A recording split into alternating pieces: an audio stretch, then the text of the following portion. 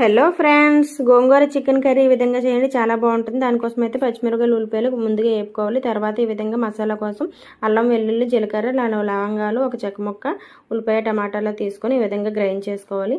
తర్వాత వేగిన ఉల్లిపాయల్లో గ్రైండ్ చేసుకున్న పేస్ట్ని అయితే వేసి బాగా వేపుకోవాలన్నమాట.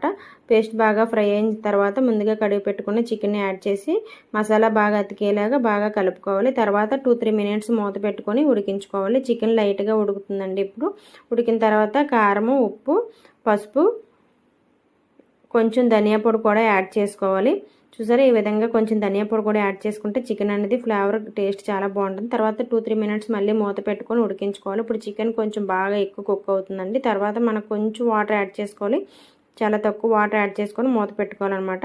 ఇప్పుడు చికెన్ మొత్తం కుక్ అయిపోయిందండి. ఇప్పుడు ముందుగా ఉడికించి పెట్టుకున్న గోంగూరని ఈ విధంగా కలుపుకొని 2-3 మినిట్స్ కలుపుకున్నాక సర్వ్ చేసుకోవాలండి. అంతే, చాలా బాగుంటుందండి. Please like and subscribe.